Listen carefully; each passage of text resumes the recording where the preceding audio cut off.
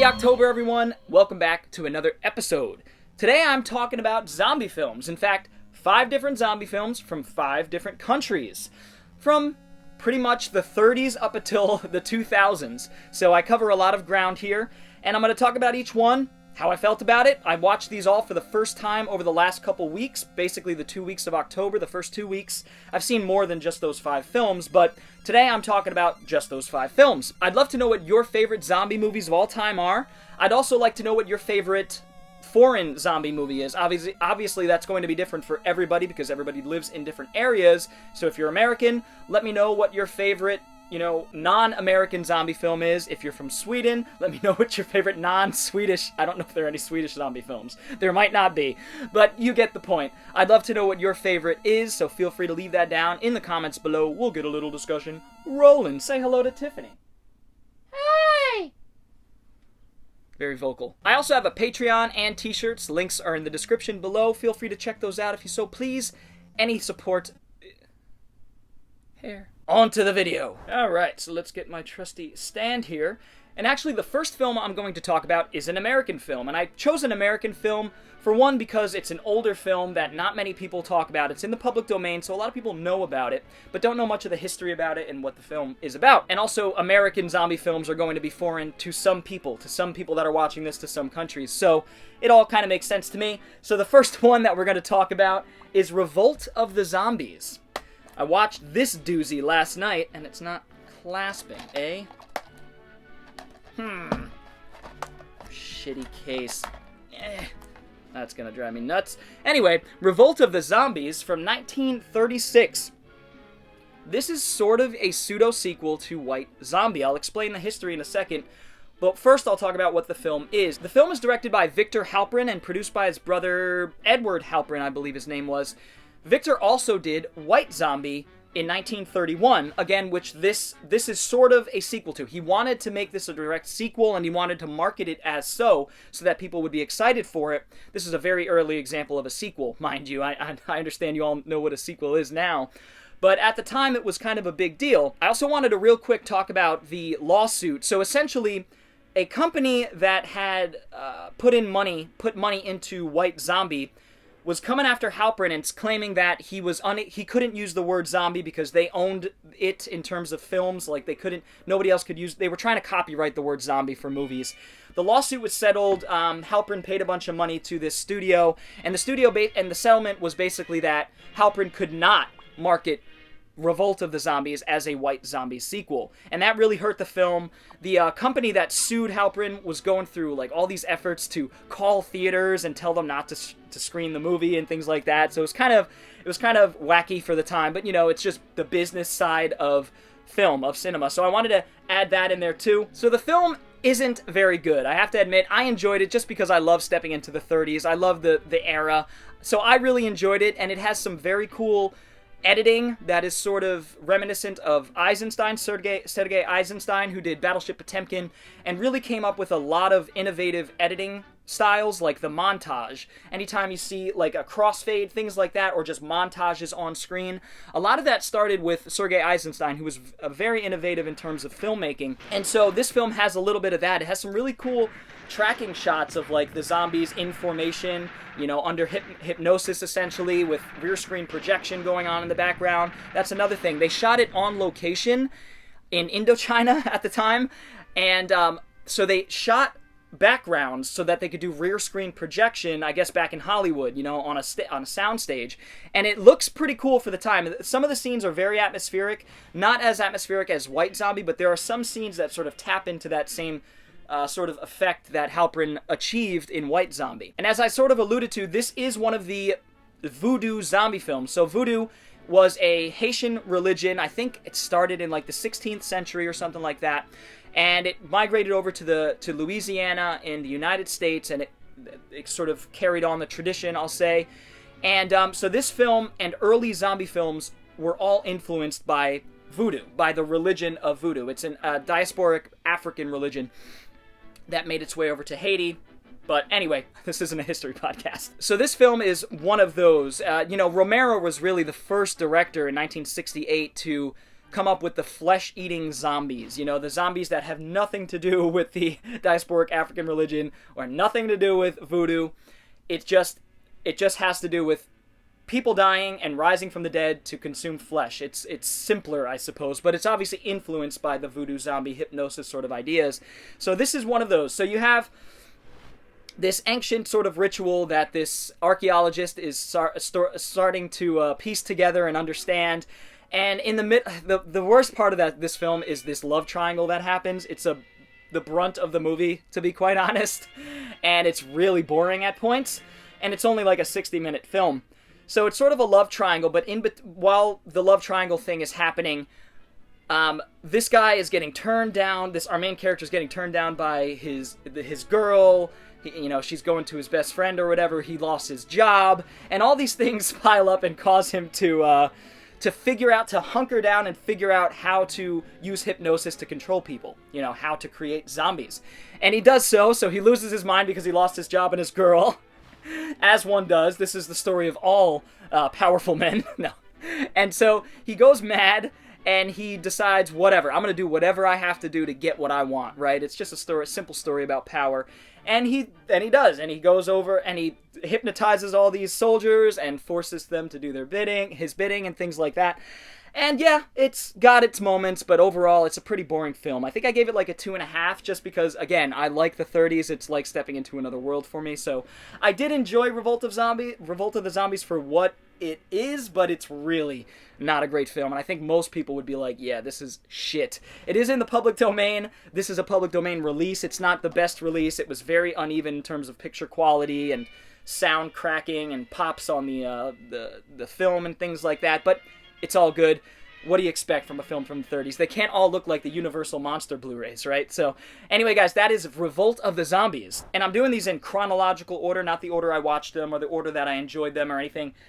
So this is just chronological. So the first one was from 1936, and we skip ahead a few decades to 1981 for Jean Rollins' Zombie Lake. So, the good thing about the film is there is a zombie lake. The bad thing is pretty much everything else about the movie. There are zombies in the film. Yes, they look like shit. They have they're sprayed with green face.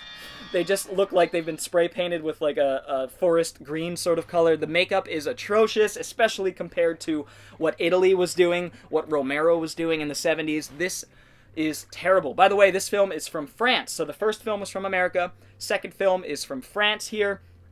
I think it was a co-production, but mostly a French production here.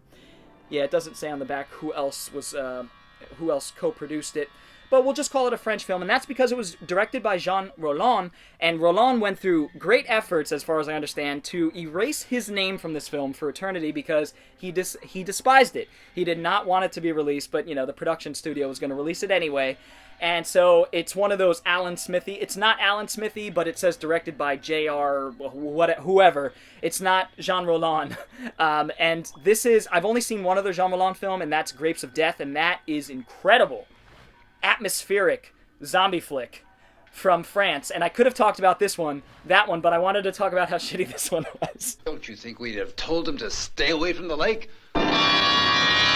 Zombie Lake is a mess of a movie. It's not only boring, it really doesn't have much going for it besides these prolonged sequences of beautiful naked women swimming in this lake and zombies swimming through and attacking them underwater, attacking them around the lake, things like that. Those are the reasons to watch the film. You have these young women frolicking near the lake, in a few instances, butt naked. You have this one volleyball team, and they all just get... They just stop by this lake, all 10 of them, and strip completely nude. They're all beautiful, all young and beautiful, and they're swimming in this zombie lake. Unbeknownst to them, there are zombies lurking below, of course. And so these scenes are by far the best. They're reminiscent of Creature from the Black Lagoon. And one interesting thing is, it's a French film, so it's maybe a little bit more understandable or acceptable in France, and it doesn't bother me at all. But you have a lot of these shots of these young women underneath them as they're sort of swimming, trying to keep afloat, obviously swimming. And you see a lot of their You see a lot of their parts. It's pretty crazy. I had never seen like a straight up R-rated horror film. I don't think it's R-rated. It's probably unrated, but I've never seen a film like that shows the vagina, we'll just say, in explicit detail. Sometimes you see the penis, you know, here and there, like in shower scenes or whatever, but you very seldom see. Sometimes you see bush, but you don't really see the vagina. So that was interesting.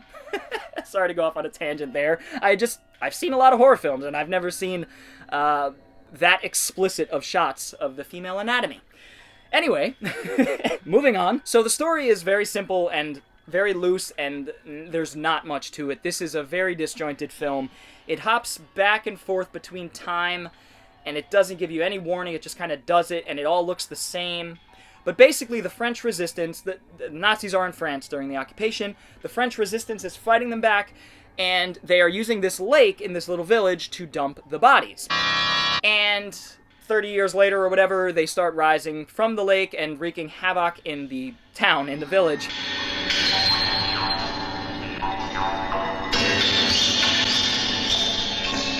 But that is basically the story. I mean, there's a siege at the end of the film where the zombies sort of siege this town, and it's one of the worst action sequences you'll ever see with these village people like shooting rifles and trying to beat them back, and it just goes on and on. It's shot terribly. It's edited even worse. It's just bad.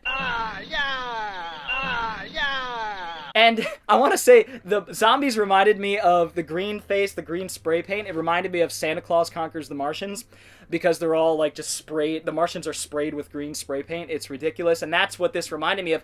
And fucking Santa Claus Conquers the Martians came out in the 60s, I believe. It was early 60s. This is 20 years later. There's no excuse. Like I said, Zombies out.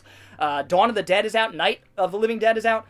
God, the effects at least make the zombies look good. They were terrible. At least they had somewhat authentic looking Nazi uniforms. I don't know, I'm no expert, but they looked okay to me. Yeah, there really isn't much good to say about Zombie Lake. I really didn't enjoy it. I will keep it in the collection because I'm a horror collector and I want especially older horror films in the collection, but maybe it would be more enjoyable with a couple friends because there are a lot of things that I did laugh at, but it was just a slog to get through. You know, it's one of those films where you feel like you've been watching it for an hour, you're like going into the third act and you look at the time and it's just like 15 minutes and you're like, oh my god, just shoot me. But I powered through it and I ended up giving it like a 1.5, and I gave it a little like joke review on Letterboxd, so check that out if you so please. Anyway guys, that is Jean Rollins, or J.A. Laser. That is Jean Rollins' Zombie Lake, and it's shit. Next up, we're going over to Italy, and we're jumping about 7 years forward. 1988, Italy, Lucio Fulci, actually. There's a little bit more to that. I'll get into it in a second. Zombie 3.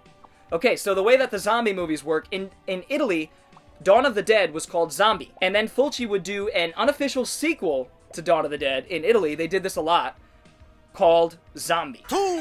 Right, so, but technically in Italy it was Zombie 2, in America it was Zombie, because they already had Zombie, which was Dawn of the Dead. They just renamed Dawn of the Dead Zombie. So it's a little confusing. Hopefully you got that. But in 1988, Fulci would actually come back to do it's an Italian sequel, so it's not a direct sequel in any way, shape, or form. It's just a zombie film that has the same feel and the same director, Lucio Fulci. But it is called Zombie 3. And so Zombie 3 is directed by Fulci, but he was very sick at the time that he was directing this. His health was declining, and he wasn't really able to direct much of the film, and he really didn't want to, as far as I understand. I watched some of the special features with Claudio Fragassi. He and Bruno Mattei actually came in to direct on the days that Fulci could not or didn't want to. And so the film feels like a film directed by a few different directors. It's so generic. The plot is so generic, and it feels loosely connected. It just feels like a bunch of scenes sort of stitched together, and it kind of was, because Fragassi would come in and the film was originally like 50 minutes long, and Fragassi had to write a whole bunch of added scenes and things like that, and that's how the film feels, and it's very disjointed, but it has atmosphere, and it has that Italian fun factor, that Italian horror fun factor, not taking itself too seriously, but seemingly so. It seemingly takes itself seriously, but everybody watching it knows that it, or feels like it's not taking itself seriously. You've got, a bad dub as is usual with Italian films.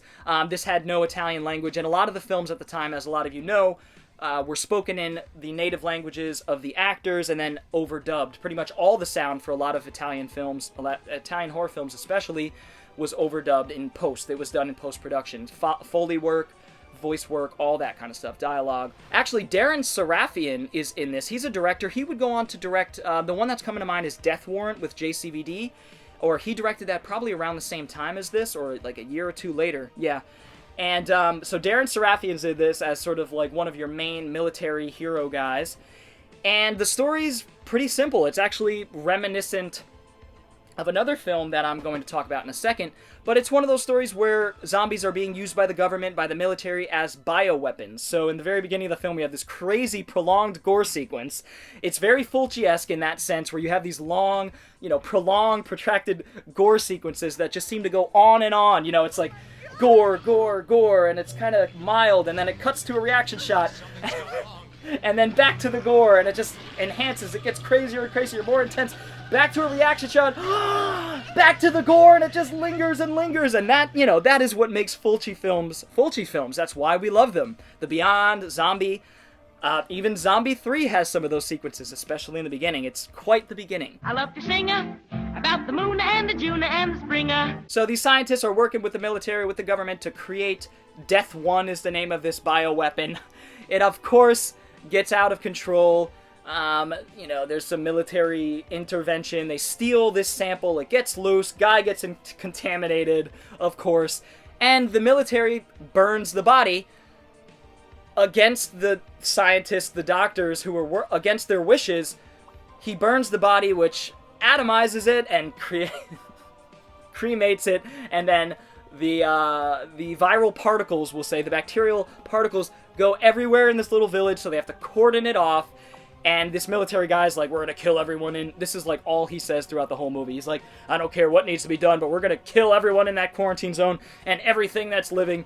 It's just, it goes back and forth between the military, these scientists, and it's the most rudimentary dialogue you could imagine. It's like, we warned you that this could cause the end of civilization, and you shouldn't have done this. And the military's like, we're going to do what needs to be done. It's so cliche, and it's obvious what's trying to be said. General Morton! When you asked us to work on Death 1, you should have told us about the risks involved. We didn't know ourselves. You're the scientists, the brains. We're just simple soldiers. And it is a film that's kind of sticking up for science a little bit and showing the dirty side of it, I suppose. But Zombie 3 is a fun movie. It's atmospheric, especially in the last act. There's a siege, basically like Night of the Living Dead, on this home that the main characters are all holed up in. And it's atmospheric. There's just a continuous fog rolling in, and zombies lit very well, sort of hobbling through the dark. It's excellent. It's really good. It's really good stuff. Despite it being edited a little wonky, it's not as tight as it could have been. I will say that. But the cinematography is there, and the effect work is incredible. I mean, incredible might be a strong word. Maybe Zombie was comparable. I think both films have similar effect work. I don't know who worked on the effects, but man, the effects in this are just crunchy and goopy and crusty and all different. Each zombie looks a little bit different, and that really makes it interesting and unique. These creatures, their face is falling off. They have these boils with like this black green liquid seeping from it, and it's just gross, and I love it. It's great. There's plenty of gore in this. You won't have any problems if you're just looking for a splatter fest. There's even one scene with a pregnant woman and a zombie baby. It's amazing, and it comes out of nowhere, and it's obvious that it's one of those scenes that was just like written in after, just to add a little bit extra gore and stuff. So yeah, it's a really fun movie. Zombie 3, I like it way, way, way better than Zombie Lake, and way better than Revolt of the Zombies 2. I think I ended up giving it like a 3 out of 5, but I love it. It's like I love the 3 out of 5. I had so much fun with it. It's entertaining from beginning to end, even though it's completely disjointed and sort of a mess of a film. Technically, it's a blast. I definitely recommend this one, guys. That is Zombie 3. Zombie! And now we're jumping 10 years into the future, and we're going from Italy to China. Hong Kong film here, Bio Zombie, directed by Wilson Yip. You probably recognize that name, he would go on to be a pretty prolific martial arts film director. He would do the Killzone movies, which I've seen the first one. It's phenomenal. Has one of the illest fights in an alleyway with these batons. It's incredibly shot, incredibly cut, incredibly choreographed. Check it out.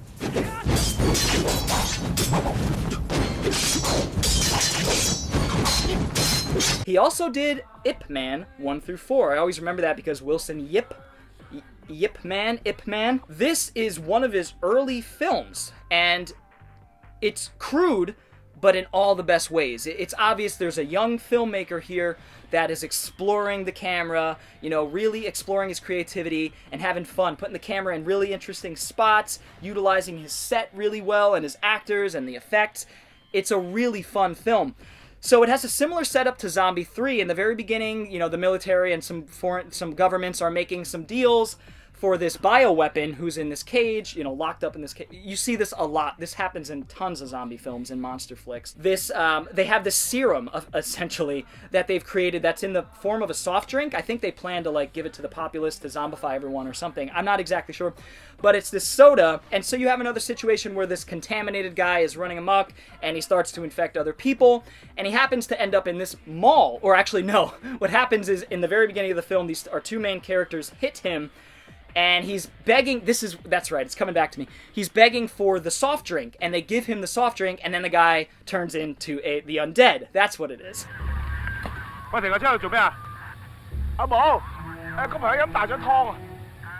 This guy ends up getting put into the trunk of these two characters who work at the mall. They go to the mall, havoc ensues. Now, this film is very much influenced by Dawn of the Dead and Romero's Dead films, but specifically Dawn of the Dead since it takes place in a mall, but a very unique looking mall. It stands distinct from the American mall that was used in Dawn of the Dead. This one has reflective walls and a lot of mirrors, and it allows Wilson Yip to use some really interesting camera angles and some trick angles, things like that you think you're looking at one thing, but then he moves the camera and you're looking at a different thing. Some really clever angles. Like I said, he really utilizes what he has, the low budget that he's working with, and it's clear that we have a really talented, creative filmmaker here. And so I love the main characters, Woody, Bee. I love both of them. They're just your stoner slacker kind of duo. They're not they're kind of stoners. They're kind of slackers and questionable people at first, but it's a great character. There's great character development in this movie, and you really end up rooting for both of these characters that at first are kind of questionable in terms of morality, but they step up to the plate and they become the heroes that we all needed them to become.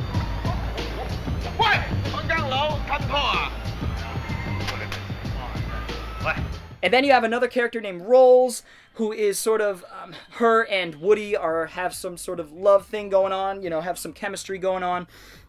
And there are plenty of other characters that are all unique, all memorable, all distinct, and all kick the bucket in really creative and fun ways. The effects are really good in this movie. I enjoyed the zombie effects. The gore is great. There's some really great sequences in this movie, and it's just a ton of fun, guys. If you want a fun Hong Kong zombie film with that Hong Kong energy, check out Biozombie. It's one that not many people talk about. I actually, for all this time, I thought it was a Japanese film until I sat down and watched it a couple weeks ago, and I was like, oh, this is a Chinese film. Okay, I had no idea. But guys, check out Biozombie from 1998. It's a blast of a film.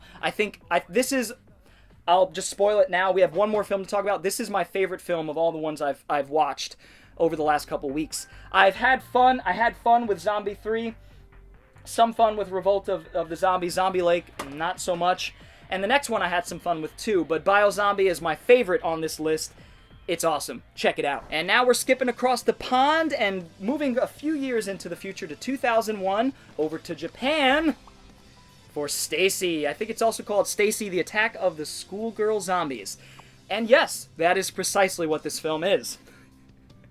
So the setup is, it's a crazy movie. It's very Japanese, it's very wacky, it's very out there, and fun for that reason.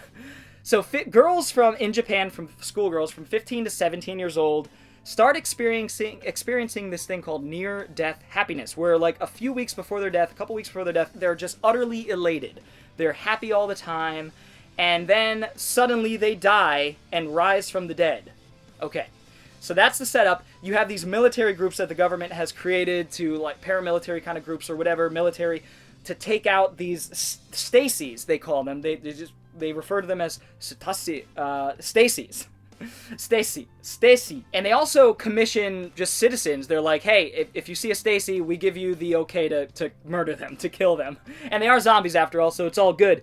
Now, that is the setup of this film. There is a romantic relationship between our two main characters that I really could never connect with. I really couldn't resonate with. I just didn't know enough about the characters. They just kind of expect us, they just kind of throw these characters at us, and they are what they are. They don't really develop. They don't really, the romance isn't very interesting. It's not very romantic.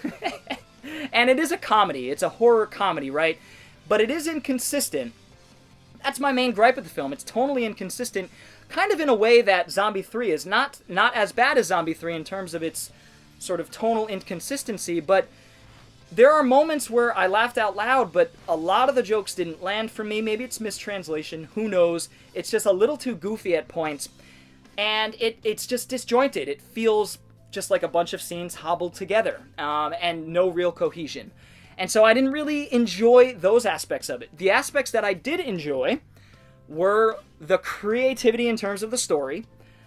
It's nuts. And the effect work. The effect work is the reason to see this. It's non-stop, so that's a good thing. I mean, pretty much the entire runtime, every few minutes, there's some sort of effect work, and most of it is practical. There's a little bit of CG, but not much at all that I could spot. Maybe none at all. I'm not perfect with this stuff, but it was mostly practical, and a lot of really effective practical work. I mean, there were some scenes that made me wince, you know, and that says something when a film could make me wince in terms of its special effects, because it's not real. Well, it's real, but it's not what it's portraying. And so for a film to affect me that way, after 4,000 movies watched and over 1,000 horror films, that is definitely a good thing. And the gore is creative. I mean, you have like these crazy sequences of like this woman on a table who's being disjointed and stuff, and her head's like, she's a zombie, so she's like freaking out and her tongue's going crazy. That's a weird thing about this. A lot of the zombies in this, it must have been a direction choice, but it's like they move their tongues and their eyes, so they're kind of like, it's really weird. And I've never really seen that in any other zombie movie. But I would imagine Yip wanted it that way, because pretty much all of the Stacies do that. So this is not your run-of-the-mill zombie film. This is a crazy Japanese zombie film that is definitely worth watching because it's fun and because it has great effects. Everything else about it, though, it's not very stylistic. It doesn't have much flair in terms of cinematography or anything like that. It really is just a gore fest with some humorous moments that make the film worth watching. And I think if I watched it with a couple friends, I would have enjoyed it even more, to be honest, because it's just that kooky. But as it stands, I enjoyed it sort of in the middle, though. Whereas I'd say, this is the way I'd rate them. I'd say Revolt of the Zombies is around a 2. Maybe a 2.5. Next, Zombie Lake's a 1.5. I didn't like it. Out of 5, I'm doing. Zombie 3 is a 3 and a heart. Meaning I loved it. Biozombies a 3.5, meaning this is really good. I really, really enjoyed it. Stacy's somewhere in the 2.5 range. I gotta be honest. I would say a solid 2.5, because it has some things going for it, but some things that it just doesn't get right at all. But it's really worth watching for the few things that I mentioned. It's a crazy movie, so check out Stacy. I just want to thank you all for checking out this little video. I hope you guys enjoyed it. Me talking about 5 different zombie films from 5 different countries. I'd love to know what some of your favorite foreign zombie films are, so feel free to leave those down in the comments below and we'll get a little discussion rolling. If you enjoyed this video, feel free to give it a thumbs up, and if you're new to the channel and want to see more videos like it, go ahead and hit the subscribe button, as well as the little bell for notifications. I also have a Patreon and t-shirts. Links are in the description below, so feel free to check those out if you so please. Anyway, guys, I will see you all next time. Bored Cyborg is out. Zombie! Zombie!